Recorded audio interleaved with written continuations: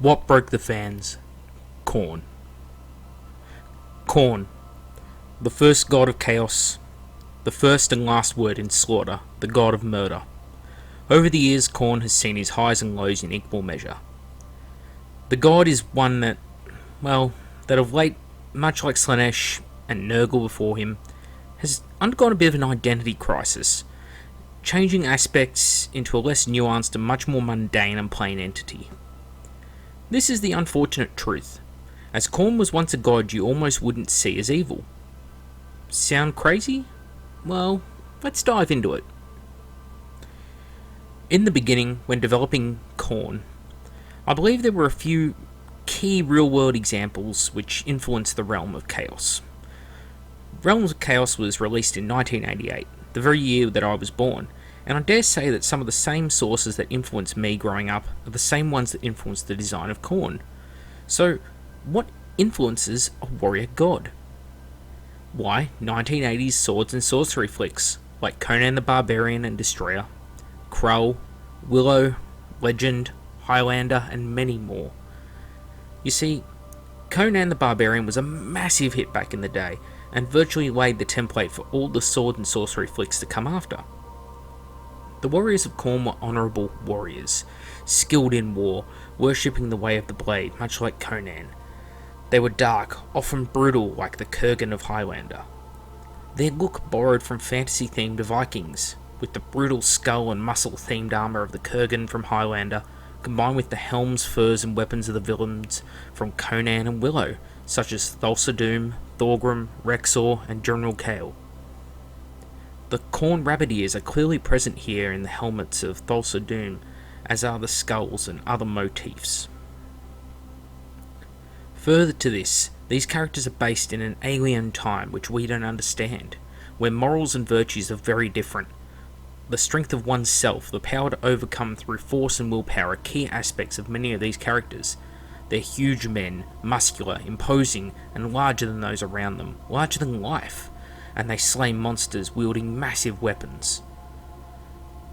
Conversely, the demons of Khorne most closely match the depictions of Christianity's demons, like Lucifer and such. They are red-skinned, with horns, forked tongues, bats' wings, often with cloven hooves and fire and smouldering brimstone edges their weapons. The clear inspiration here, I think, is Darkness from the movie Legend, played by the always amazing Tim Curry.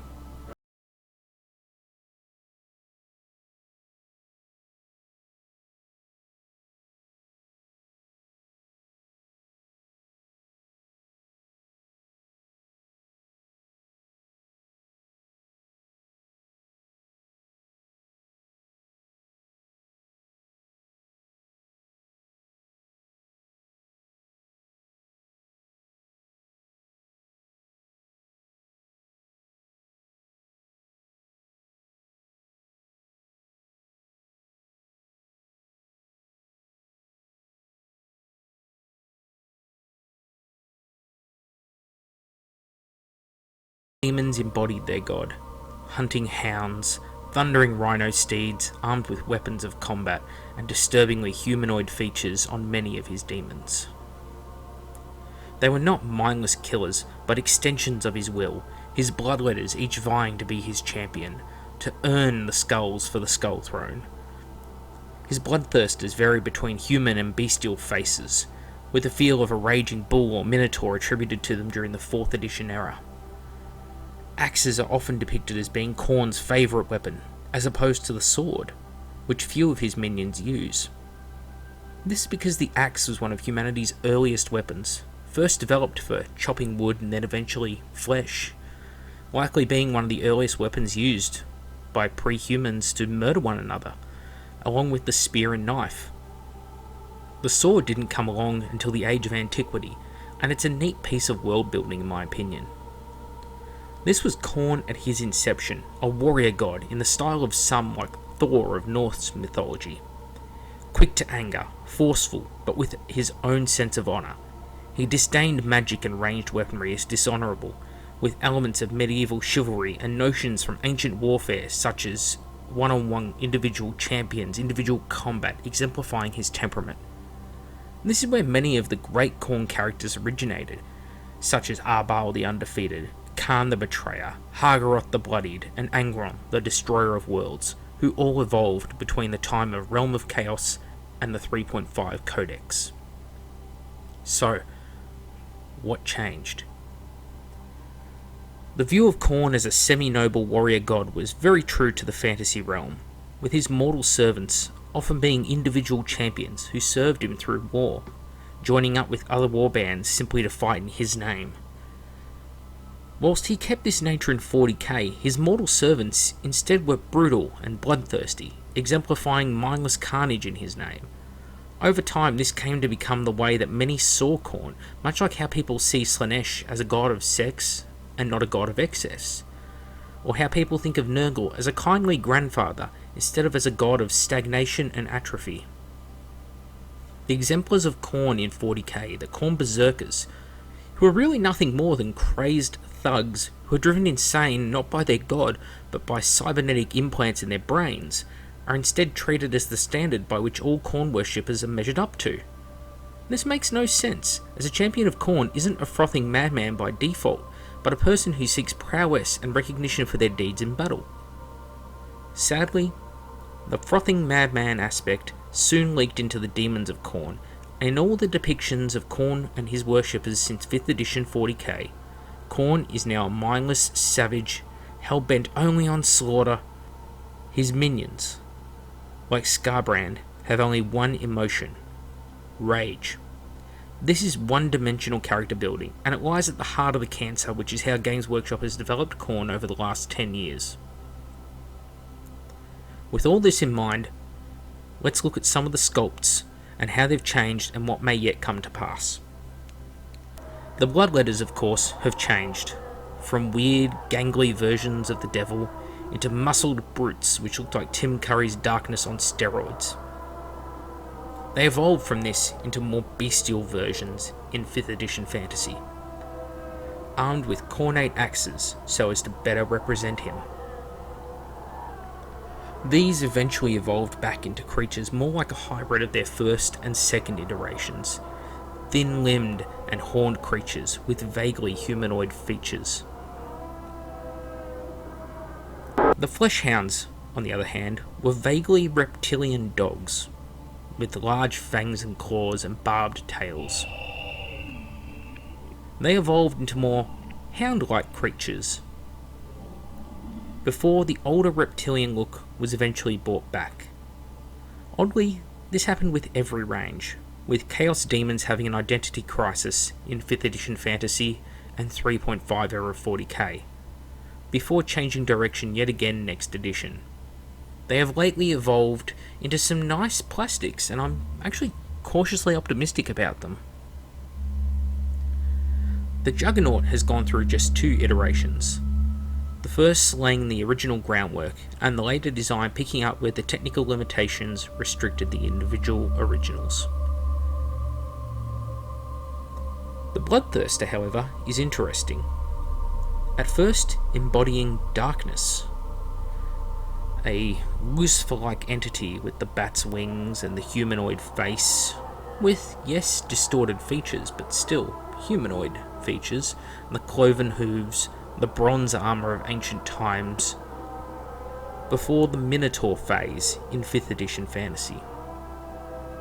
Forge World then set the standard for a decade with their Angarath sculpt, and about 2 years ago, Games Workshop finally gave us a plastic Bloodthirster, which doesn't exactly thrill me with the leaping pose, but the latest Skarbrand, which uses the same basic kit, nails the look perfectly in my opinion.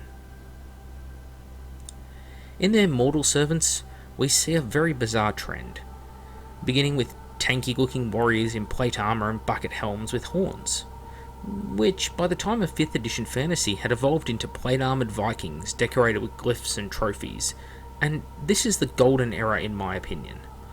Whilst the sculpting skill and technical details have improved since then, nothing quite captures the look of the miniatures from the 2001 to 2004 era, in my opinion.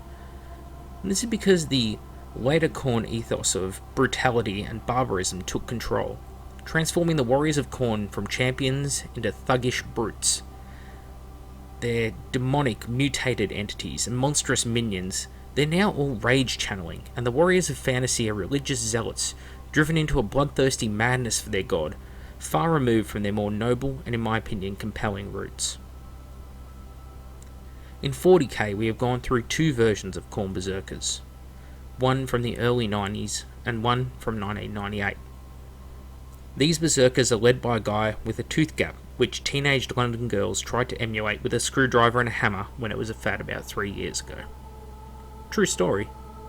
These kits are actually in dire straits and urgently require attention due to their swift aging, and they likely won't see it until 2020, with the current pace of Chaos releases. Khorne the Betrayer, he's evolved too, with a 40k model, a 30k model, and lately a 40k model, which, whilst true to the old 40k model, it's kind of bad, and it exemplifies the worst aspects of modern Games Workshop, where since everything is sculpted digitally, bizarre poses have started to manifest, and more detail than is needed on a model is being added until it becomes a caricature of itself. 30k's Khorne, with 40k's helmet and backpack, would honestly look like a better representation of that miniature. For Angron, he started his days as a demon in Warmaster and Epic, and since has evolved into the Primarch of the World Eaters, with a very nice 30k model.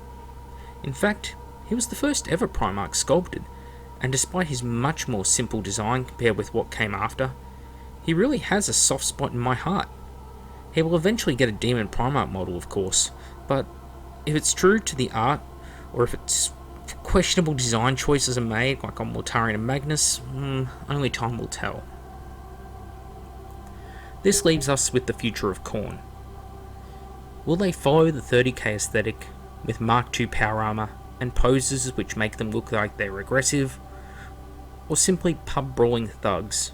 Or will they go down the Sigmar route, with the over-the-top iconography, more gold trim than they have red armor panels, and Khorne glyphs moulded into every surface, like how even Khan's boots have Khorne glyphs in the boot treads? I for one certainly hope not.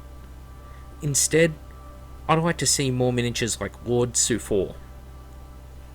I want to see less Mazaril and more of the Demon Prince of Khorne, less of the Lord of Skulls, and more of the Blood Slaughterer. I want to see less of Vorgoroth, and more traditional Khorne champions mounted on more traditional mounts. As for the future of their fluff, well, that's something very concerning. The Horus Heresy novels have done a lot for the World Eaters, but sadly, as a whole, Khorne and his forces have become one-dimensional caricatures of themselves. You see, mindless killers is something that the Tyranids and even the Orcs to an extent do well, but Khorne, he's strategic. His servants are fighting only the strongest and most worthy of enemies, those whose skulls deserve to adorn the Skull Throne. When you make them into mindless frothing killers, the forces of Khorne lose all their strategy, and the thing that makes them scary is that they're smart and capable murderers, and it becomes lost beneath that bloody haze. I can only hope that the more noble aspects of the god are brought back in the future. Anyway, I hope you all enjoyed this nice, quick What Broke the Fans. Thank you all for watching. Please leave your thoughts and feedback in the comments below. See you all next time.